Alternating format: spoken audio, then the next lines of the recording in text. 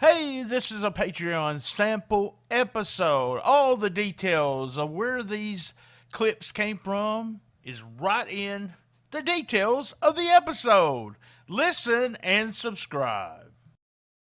All right, this is Patreon.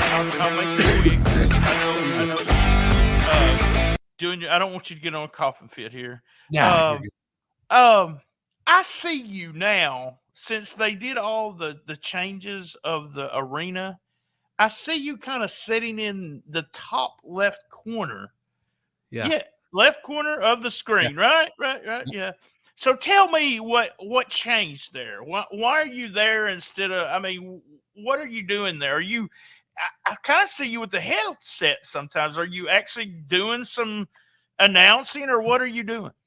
Yeah, so up there on the television screen, I sat next to either Liddell or DJ Clown. Usually, they help run the in-house audio, so the in-house music. You don't hear the entrance themes anymore live like you used to. It's all added in post, so that way Oh it's wow, easier to control the volume level as well as the quality to make sure that that entrance theme is coming through perfectly. I agree. One And hundred then that percent change. Yeah, Yes. and that's where we control that and the house mics. So that's its own standalone feed. We manage that.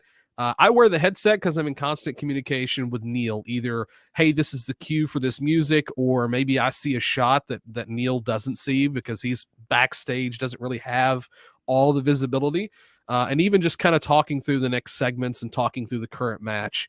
We're just in that constant communication. I know Dustin's mentioned like kind of a de facto floor director. I don't look at myself that way, but just trying to help But choreograph. you are, if you see something, you tell Neil go to camera 2 or go to camera 1, Yeah, it's stuff like, like hey, there's that. a really good shot of Mike's face, closest to me, and he knows that that's a camera 3 side or camera 2 side, depending on where they're currently at. And then I know there was an instance at this last TV taping where the Stars of Tomorrow actually joined the broadcast table with Dustin. So there's you a head of spoiler. I thought I saw you with what's her name? Mackenzie. Yeah, Mackenzie. Did y'all doing a match? Did y'all We announce a did. match? We did a match. It's a YouTube exclusive match, but I went back to the desk for this upcoming Wow, company. wow, wow. That had to be fun. That is one of the things that one of these days when I get down there, I am having so much fun. And I say this to Dustin and everybody I talk to, the idea that I can watch these shows with no idea about what's going on. And you really don't. It's so much more fun to watch it that way. Absolutely. Like oh my God. Anthony did and Posse got the belts back last week. I had no idea that was going to happen. I knew this match was happening, but I didn't know the finish. Didn't even know who was winning. I didn't know Tony Nese might have it. Well, it's the Absolutely love same. you. If I Go can ahead. jump in really quick, it's like the finishes of the match. And I don't know if I should peel the curtain back that much, but like, if I do, you can always cut it out. No, it's um, okay. It's but okay. looking, if you'll watch me when the posse wins, if you'll see me, I'm in the upper left hand corner. I was like, is this supposed to happen? Because I try to stay ignorant unless it's absolutely necessary that I need to know it. I try to refrain from looking too Well, much into it. I've been backstage with you a bunch of times, and I don't know if you notice this, but when people start going over finishes of matches, I walk away. Yeah, And the reason I do is I'm in the crowd and I want to at least enjoy that part of it.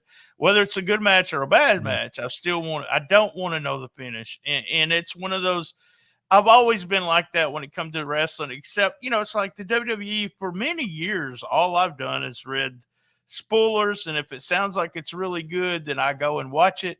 And with AEW, the spoilers don't seem to get out as much, but if I'm spoiled, it's okay now.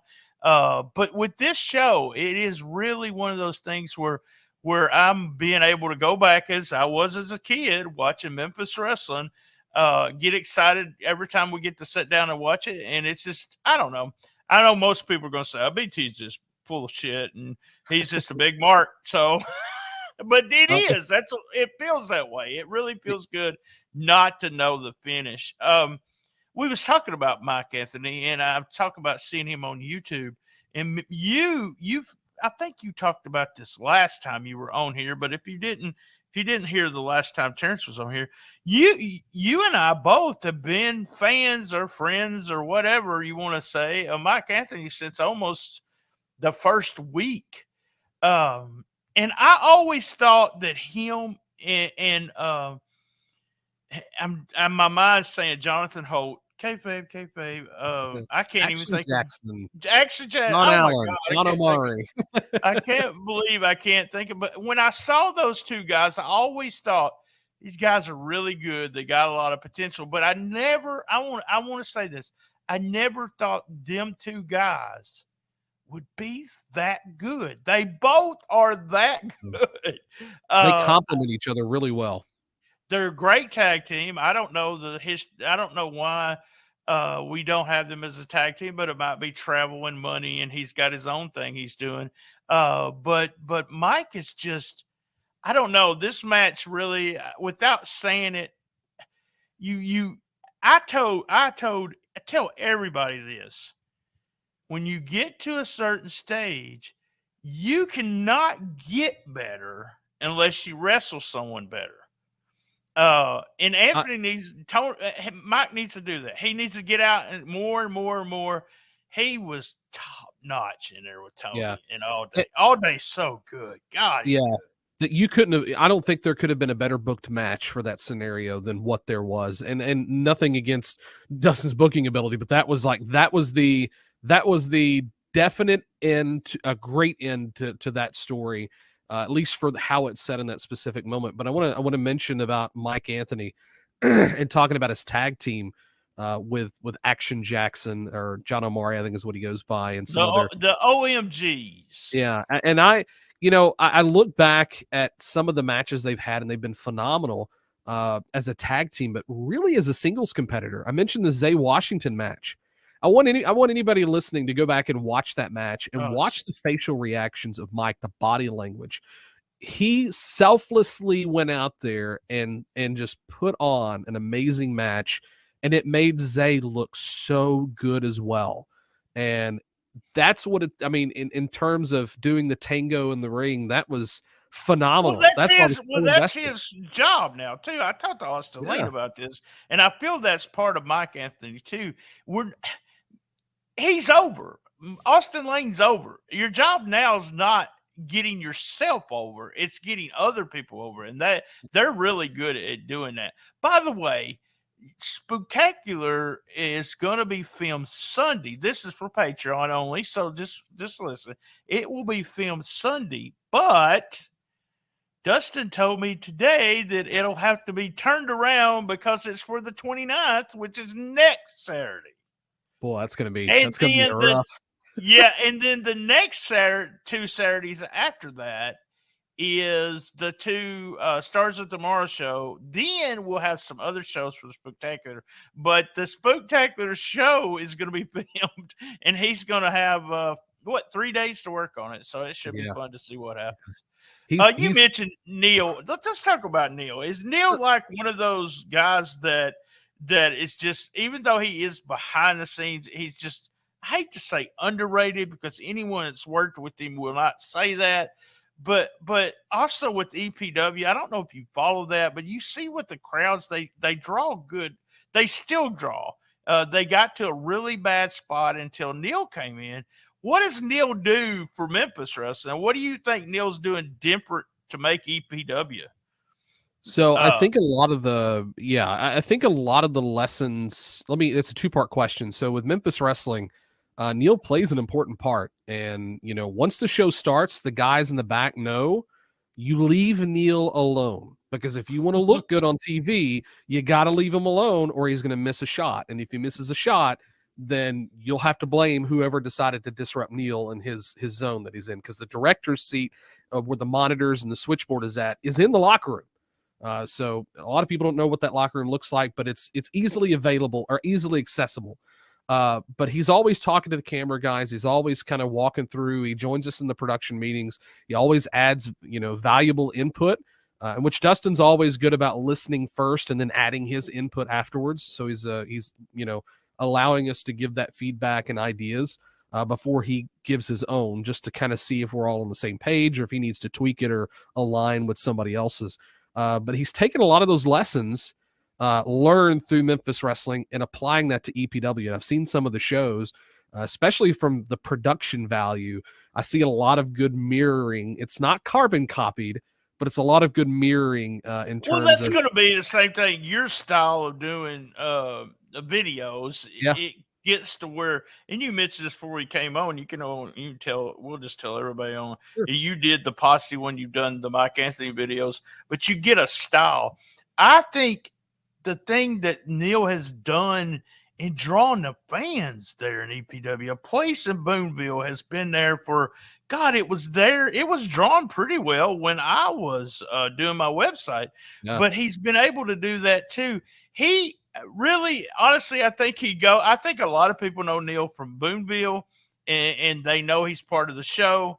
I think he's like the unsung hero of Memphis Wrestling with all the stuff that he actually, as being a director, I can't imagine what he's doing. And he learned to, it was a learning how to do it on the job kind of thing. It's the same thing as me and Dustin's talked about video.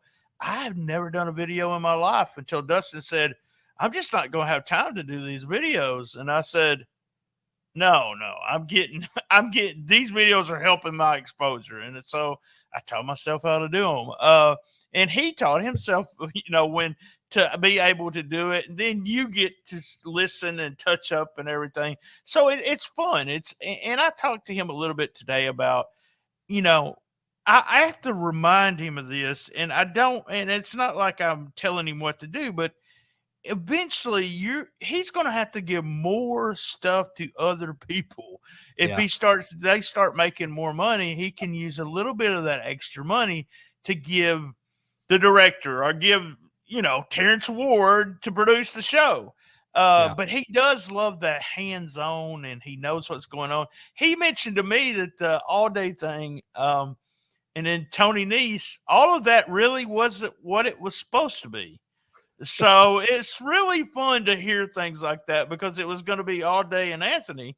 And all of a sudden he booked Tony Nese and said, man, this would be good if we put them all three together. And then booked that match. So that was an excellent match. Was you able to talk to Nese any? Yeah, no, not directly. A lot of times, and I want to comment on that too about the match ending up the way it did. I don't get a lot of times. I don't get to talk to the visiting superstars. I mean, I call them that because they're on national TV. But as well as I do, ring announcers typically are there and working from the time they walk through the door till the show's over, and that sucks for us on occasion because we don't always get to network and make those connections to be able to expand our reach and learn some new things. But speaking of that triple threat, the promo with Mike talking about Tony Nese coming in that we shot, the red promo, right, that was done the week before this TV taping, if I remember correctly. I believe so. We didn't know it was going to be a triple threat when he was talking. He was just talking about All Day because he knew it was going to be a number one contender, and he was talking about Nese because he knew Nese was coming in, but he didn't know it was a triple threat at that time. No. We did know, and he did know it was a triple threat. But it's in terms of like the video package, it during the editing process of the show, Dustin was like, "Hey, is there anything we can do video wise on a promo for Nese coming in?" Or it might have been Mike that asked me. I can't remember because Dustin and Mike, will talk back and forth too in terms of trying to get promo materials. But I got a text message from Mike or from Dustin, I forget. I'm going to have to go back through my phone. But one of them messaged me and said, hey, we got to do a promo on this triple threat. What's your schedule? When can we get it? And I remember correctly, it might have been a week or two before the show aired when it got sent over to Dustin for inclusion. So, it's something that, it may have been the same thing for the booking that specific match. I don't recall that. That might have been a conversation above my pay grade. Right. I mean, that's part of me being able to watch it like we just talked about, but me then saying, well, hey, what did you do here? Why did you do this? I've been fun to do that on Shooting Star and be able to talk about, a little bit of controversial stuff, but our last episode that we didn't really bring anything controversial. We just talked about what's going on and why do you do what you do kind of thing. And I asked him, would he ever? I'm gonna save that. I'm gonna say, well, I'll go ahead. I talked to him about letting someone else book, and so I'll ask that question on Shooting Star because it's traditionally, you know how the territories worked. You had guys come in, especially in Memphis. You had Jarrett would leave, go to his big house, and he would give it to Jerry or Bill, and they would book. I am a big fan of Bill Dundee's Mid South Wrestling booking thing. When he went to Mid South Wrestling and booked, it is huge. I talked to Bill about it one time, and he told me he still had the booking sheets and the notes that Bill Watts made. And for every time I saw him for like 12 years, was like, get me those sheets. Nobody wants to see those. I was going to put them in a book. I was going to show them how that was booked, but he never, I don't know if they were put away somewhere he didn't know or something. But I never had, almost every time I finally quit asking him about them, but it's just, Bill, the thing about it is, and this is the great thing about Dustin, is Bill Watts would not let Dundee wrestle. Yeah. Well, there was a conversation between the two that Dundee said, if I'm going to wrestle, I get paid double. And Bill said, you don't need to wrestle. You just need to be a booker. And I'm not paying you double. And Bill said, well, I'm just booking. But he got the best booking because he didn't have to book himself. And Dustin's like that. Dustin, one program or one thing or two things he's done. So I really like the idea of, and I tell him all the time that Brett Michaels is Dustin Starr, that who he books in that spot. But I really like the idea of him being able to do that and not putting him, even though he's the face but he was the face before that. So I love the idea of what he's done with that. And I think it's smart too in terms of booking, because you know how it is in wrestling. If a promoter is wrestling as well and is booking themselves, you can become very biased very quickly, and sometimes unintentionally, but it happens. Some very intentionally. But I think they're used to. Me and Austin Lane talked about this. Austin used to, and he knew this. Used to have a reputation when he booked that his favorite wrestler. Who was his favorite wrestler? I'm pretty sure it was Austin AJ Styles. Was it? It was Austin Lane. I thought you're being legit. My bad. I'm being legit. And you know that ASWF, the little bit of rumblings from everyone in the dressing room. Austin's a good booker, but we're all worried about Austin Lane this. And he doesn't have to do that now. He knows that. He doesn't have to be the center of attention. Great way of putting Van Vicious over, and then keeping that feud going. So Big Jack's a guy that Anthony got just a hell of a match. If you go back and watch that, it's almost like a New Japan match, the way they go back and forth. Total different match than with Zay, total different match than this one. I'm just telling you, this, and I'm not telling you this, but Mike is really he deserves a job with somebody. So I'd recommend him going to Impact or some NWA. I think he'd get lost in the AEWs. They got too many people.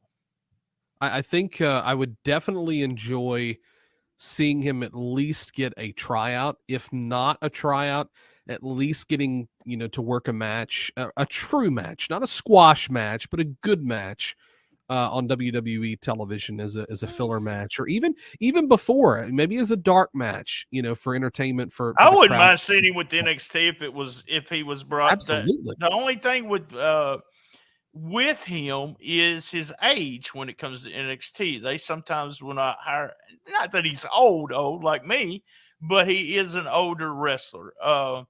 But I think Dustin got so lucky to have somebody that all of a sudden can have good matches with everybody. Everybody. I think he could have a good match with me and you. I'm just going to tell you. Make it seem like $100. Yep. All right, man. I'm going to get off here. I want to thank you for coming in and taking Rhino's spot. I appreciate it. Yeah, happy to be here. Thanks for having me. All right. Thanks, Terrence. See you later, man. I got to get me some supper. Uh-oh.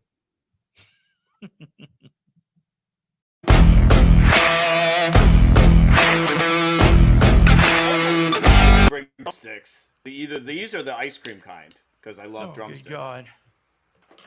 All right, we're going off. If you with us, if you are with us on Patreon, we're staying on Patreon. I am coming off, and my cat's going crazy now. And we're bringing us off Duke? of Twitter. We need Duke. Duke. I thought we were getting a Duke cameo. All right, we're still live on YouTube and the Patreon. So on Patreon, real quick, we only had one honorable mention, and I had put. I'm going to send you a picture of what you sent me because you left out so much stuff when you started the number 4. I was like, "What is he talking about? What is he talking about?" You just sent me the only thing you had for it was Hannibal arrested, released to his parents. That's the only thing you had. Oh, wrote really? down. I don't know how I missed that. Okay. You sent. My me bad, that dog. My bad. You had something else on Smut that you do this every time, but this time it was like 3 stories compared to one. I was like, what the hell? That's weird. You steal my dog. You steal my. Look at the email that you sent me. Look at the email. All right, you got to go over this honorable because I found this, and I want to tell you when I found it, I was reading it because I'm a huge fan. I'm a huge fan of. Hold on, just a minute. I'm a huge fan of. Hold on. Yeah, see, I pronounce that so perfect. I'm a huge fan of him, and I was reading about the match, and I was like, man, I've got to. And then I said, what? And then I read it again, and I was like, yeah, that's what it said. So tell us about his return to Japan. So the title of the story is "Take a Shit, Mama." That's the title of the story. So on September 10th in DDT, now I have it written out phonetically, so I know how to say it. Konosuke Takeshita. That's it. Konosuke, because I'm a disciple of X, so I know how to pronounce things. So Konosuke Takeshita's mother, Keiko, wins the DDT Iron Heavy Metal Weight title at a show celebrating his 10th year, his 10th anniversary in wrestling. There must have been a lot of that going on in Japan this month. So she hits a terrible Rainmaker. I'm sure you've seen the clip. Just a terrible Rainmaker. Don't say that. Kazuki Hirata for the win. So he loves his mama. He loves her. When I first heard the story, I assumed she was like a returning Japanese female legend wrestler. No. And then I could have find out, no, it's just his old lady mom who's doing this clothesline. Hey, don't be mean to his mama. Keiko wins the DDT Iron Man Heavy Metal Weight title on September 10th. So Konosuke Takeshita's. We got to get a T-shirt that says that. So that is our honorable. Well, my honorable for the month. I know you have. That's right. I don't have. Yeah, that was it. Fascinated by the Randy Orton tattoo story. I am, and when we talk about that next month because it has been settled, I'm real. And you're not fascinated with it because, as always, if there's a story about somebody you don't like, you don't even cover it. So there you go. That's what you do. I don't think it's that weird. I think Meltzer had a whole big paragraph on it, and I'll tell you why it's so important next month. And how it was settled. So I've got we can do that for honorable mentions last time. Now, we talked about doing something, so I kind of want to show you. I came up with an idea, and don't laugh when I tell you whose podcast I was listening to.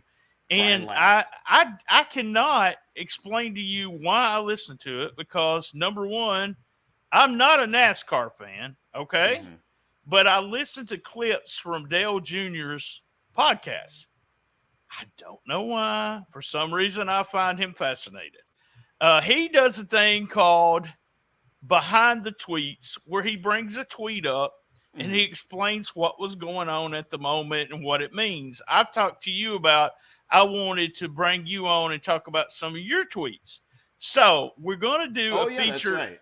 Yeah, either three or 5 every month, where I bring it on the screen, and I haven't come up with a name. So y'all, Patreon, this is the debut of it. We don't have a name, but we will have the graphics and everything. I'm going to bring a tweet up just for a sample, and then me and you will talk about it. It was a tweet from today, I believe. So let me make sure. Let me add it to the stream. Yeah, there 1 hour ago. Yeah, that was from today. So I'll read the tweet, and then we'll talk about it. So here we go. Very little offends me, obviously. but stupidity and the appreciation of stupidity offend me. Hashtag National Scissoring Day, which was yesterday, not today. Right. Was yesterday. Well, so come on, Lance. Come on. You can't tell me you didn't find this hilarious. And No, you're it was not stupid. in on the gimmick or anything. Nope. You're still that grumpy old man when it comes to Nope. the I knew- acclaimed.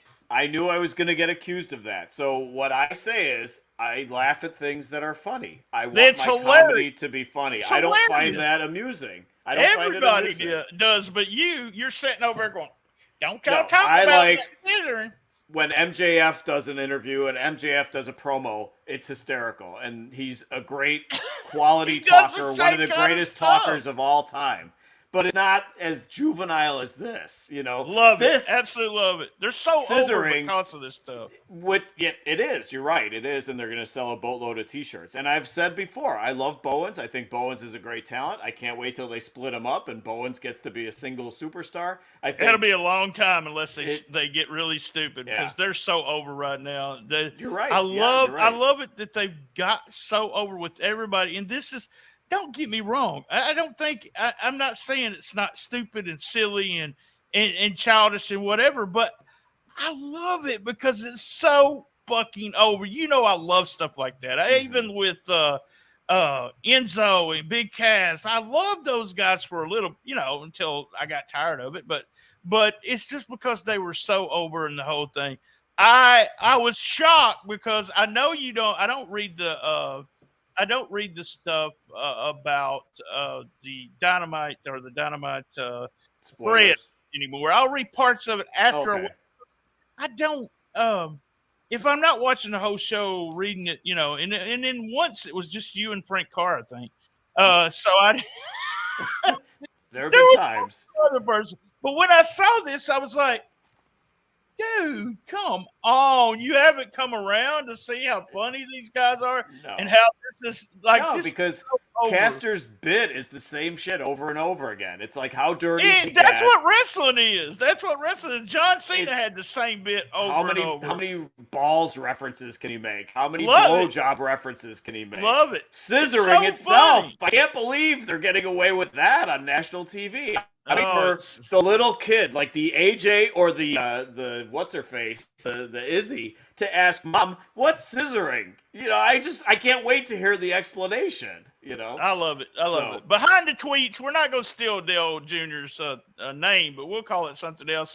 And what we're BTT. going to, what I Behind the really tweets. want to do is not just have it for Patreon, is I want to record and then put the video up maybe 2 or 3 days later and actually just promote the video, not actually promote the audio of it. But it'll be fun because I can give you hell about 5 tweets, or it might be a tweet that I like and I want to talk to you about it. And Every Blah, once in a blah, great blah, but- while that happens. Every once yeah, in a that while. is. I usually delete all Rarely. your tweets. I don't know how you Rarely. delete them. I delete your tweets. My problem is that you're my friend Yes. and I follow you on Twitter Yes. and Facebook, and you post it and it goes to every location that I can see. I'm like, I just read. Because Oh, there my are God. some people that are only on Facebook and some people that are I only on know Twitter, what so you're put doing, them but both. then you Yeah. post it to your kayfabe site. You got a kayfabe, and then you'll post it to that one, which I follow that one, and Yeah. I'm just like, my God, please quit. But I like the way it shows up on the screen, and I think it'll be fun. I think it'll Yeah. be real fun. Yeah, it does look cool. All right, guys. Thanks for joining us. Yesterday was National Scissoring Day. Happy And, National Scissoring I Day. loved it. I loved it. I Roll had my such a good eyes. day. I scissored all day.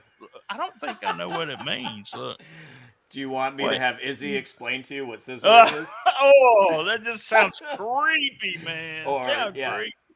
All right, man. We're getting off here, Patreon. Thank you, guys. This is one of our biggest months of Patreon. Thanks, guys. We You guys do are appreciate awesome. it. Thank you so much. He's getting his pork and beans. So we're ending That's the right. broadcast now.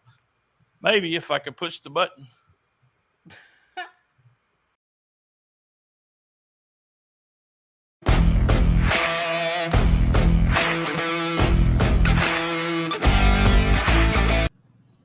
John, not going to be very long today because I'm in the middle of something. So 500 things to do.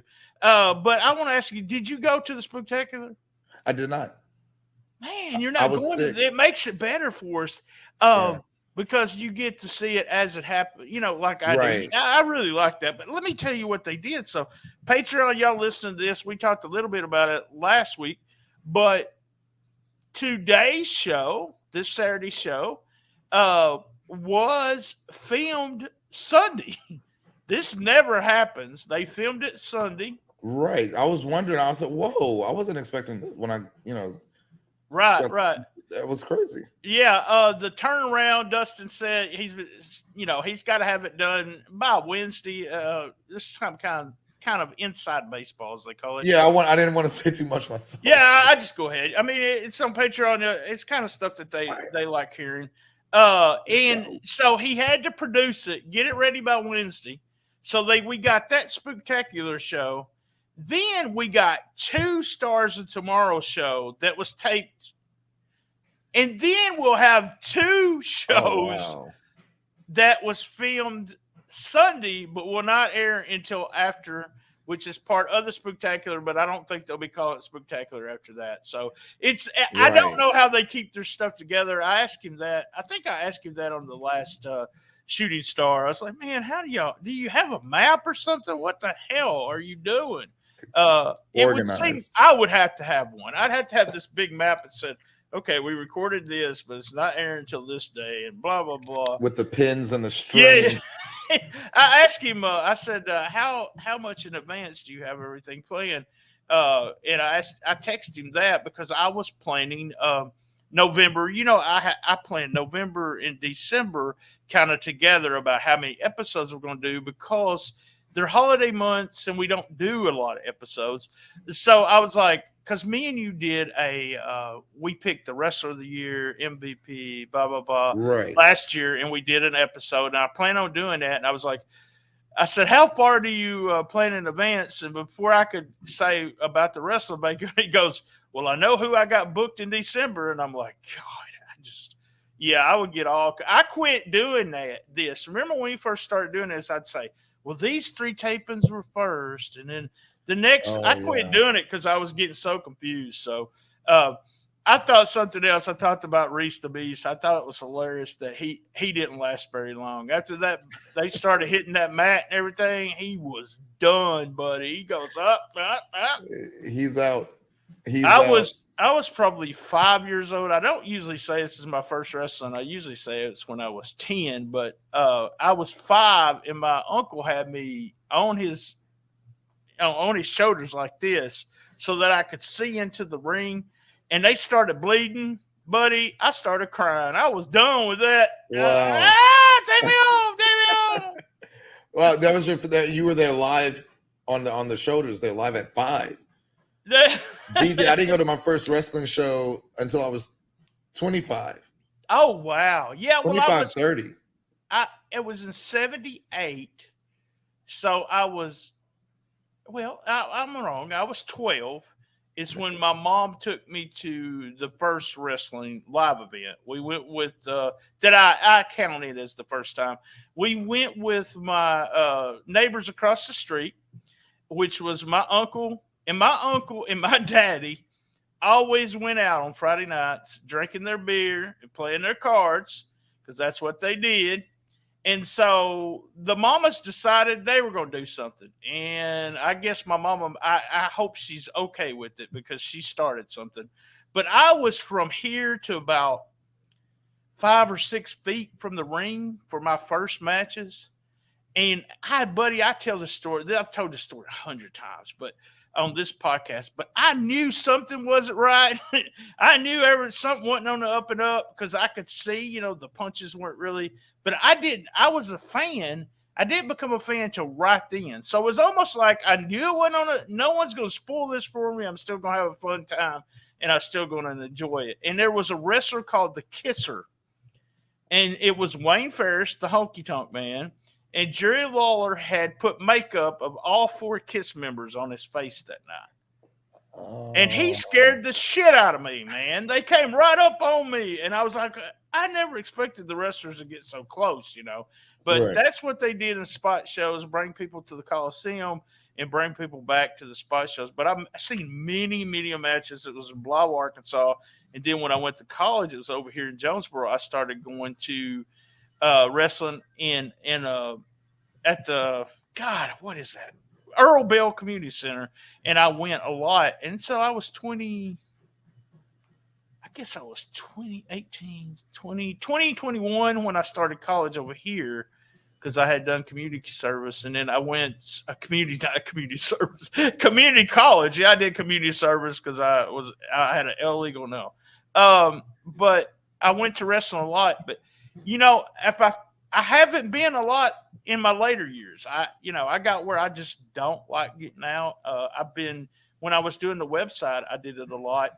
I had plans, I had all these plans until the pandemic dropped, and I was going to try to do 4 live shows that year. I was going to do one in Chicago, was going to do one in Memphis. Me and you were doing the Memphis one, and then me and Les. I had all this planned out, and then everybody quit, and I just said, I don't want to go out anymore either. So there you go.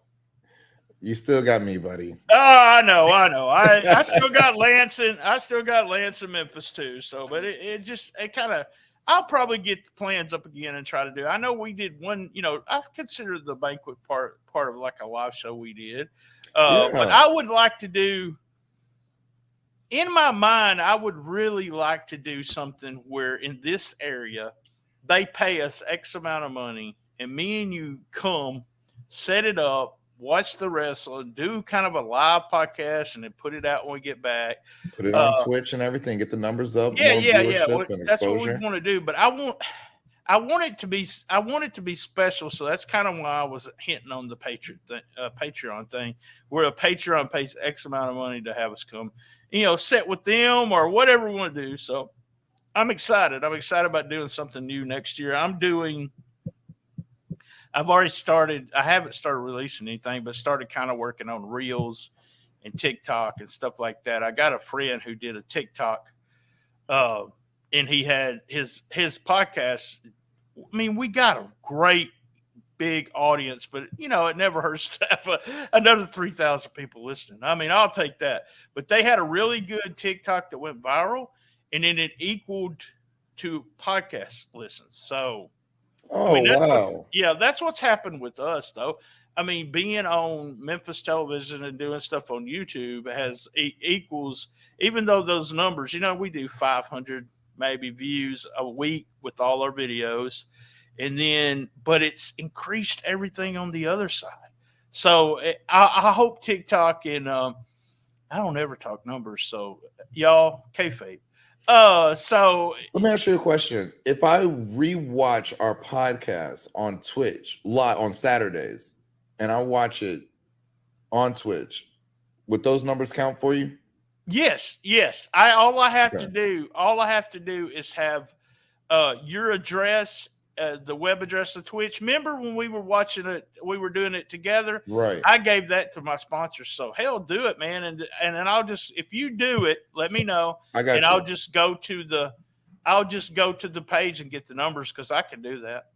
All right, so they don't need I'll there'll be 2 of me on the screen. That's not going to be. Yeah, I get what you're saying. Okay, right. Okay, Don't do it at 1, because that's when we air it.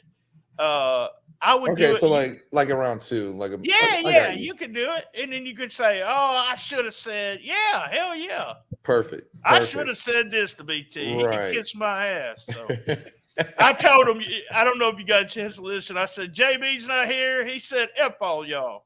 So, no. And then I said, no, I'm just kidding.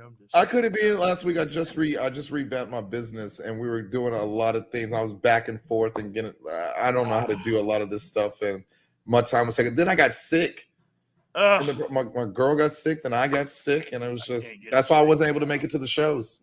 That's just one of those things where I'm so lucky. I think I got sick twice this year, which I think has been COVID. But overall, I didn't get COVID when everybody else got it. I think before that, I was sick 8 years ago, so I don't get sick a lot. Yeah, I'm a diabetic and everything. You'd think I would, but but I really don't. I have a good immune system. So, Seasons change, I get sick. yeah. All right, I got to go, man. I fix to have to teach class in 8 minutes. So I'm out of here. Thank All you. right. Thank you. Thank you. Be seeing you. Bye.